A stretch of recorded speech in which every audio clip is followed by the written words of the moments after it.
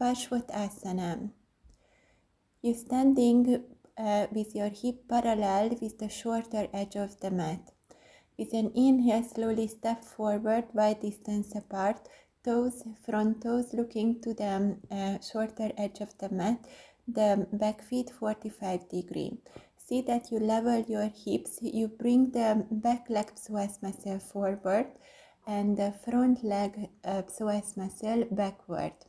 With an exhale, slowly bend forward from your hip while arching with your spine, sternum looking forward, and place your hands in back namaskar. If you cannot place your hands in back namaskar, then just grab your elbows.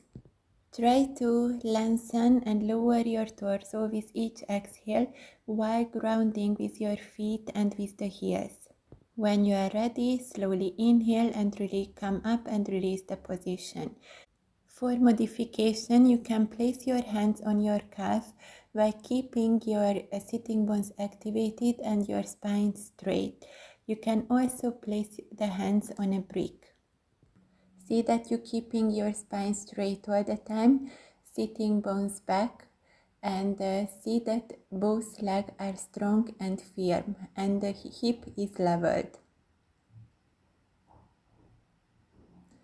Or you can do some variation. For variation, you can interlace fingers behind your sacrum and with an exhale, slowly bend forward from your hip.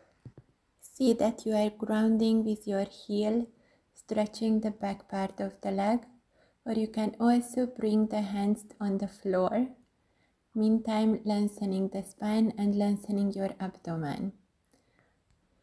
You can also touch your calf with your chin and you can bring the hands next to your hips as well.